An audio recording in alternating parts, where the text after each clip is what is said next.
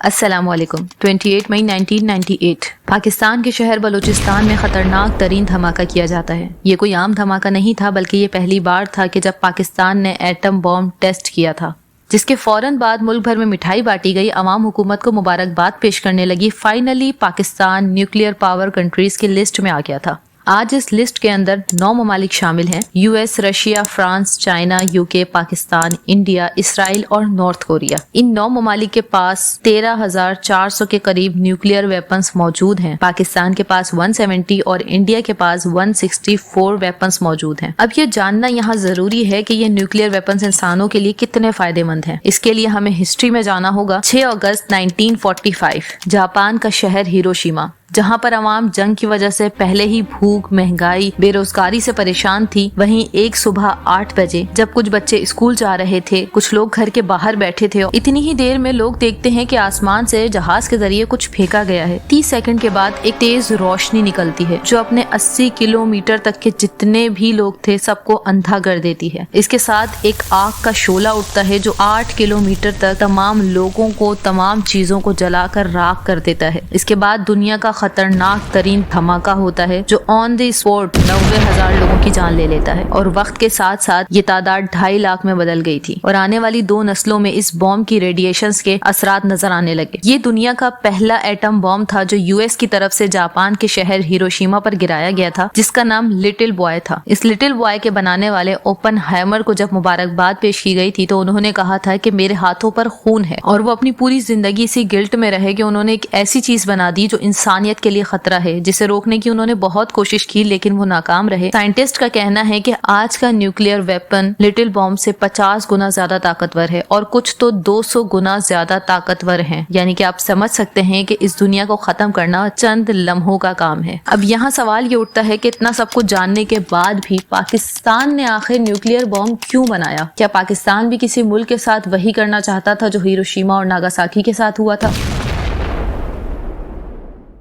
पाकिस्तान की आज़ादी के 3 साल बाद ही पाकिस्तान ने एटम बॉम्ब पे काम करना शुरू कर दिया था। 48 ईयर के अरसे में ये काम मुकम्मल हो चुका था। फाइनली 28 मई 1998 को न्यूक्लियर बॉम्ब टेस्ट किया, जिसके लिए बलूचिस्तान के इलाके चगाई का इंतखाब किया गया, क्योंकि वहाँ पर जो पहाड़ थे उनके पत्थर बहुत ज्यादा मजबूत थे और दूर दूर तक वहाँ कोई आबादी नहीं थी। इसी के साथ चगाई एक बेहतरीन जगह थी जहाँ कोई सीक्रेट काम किया जा सकता था। फाइनली जब पाकिस्तान ने अपने न्यूक्लियर बॉम्ब टेस्ट कर लिए तो पाकिस्तान को अलग अलग रिएक्शंस का सामना करना पड़ा। दोस्तों, पाकिस्तान ने China, IMF, Sudan, America, Japan की तरफ से नाराजगी मोल ली थी, और दूसरी तरफ मुस्लिम ममालिक सऊदी अरब, ईरान, तुर्की, अफगानिस्तान की तरफ से पाकिस्तान को खासी हिमायत मिली। लेकिन ऐसा क्यों था? 1970 में NPT ऑर्गेनाइजेशन बनाई गई थी। NPT का काम था कि दुनिया भर से न्यूक्लियर वेपन्स को कम से कम किया जाए, साथ ही न्यूक्लियर पावर को पीसली इस्तेमाल किया जाए। और इस ऑर्गेनाइजेशन में इंडिया, इसराइल, सूडान और पाकिस्तान शामिल नहीं थे, जिस वजह से पाकिस्तान ने और इंडिया ने न्यूक्लियर बॉम्ब बनाए और टेस्ट भी किए। हिंदुस्तान और पाकिस्तान के दरमियान पार्टीशन के बाद से ही पाकिस्तान के अपने पड़ोसी ममालिक के साथ जो तनाजात रहे हैं, इन्हीं की बेसिस पर अपने दिफा के तौर पर पाकिस्तान ने एटॉमिक पावर बनना जरूरी समझा।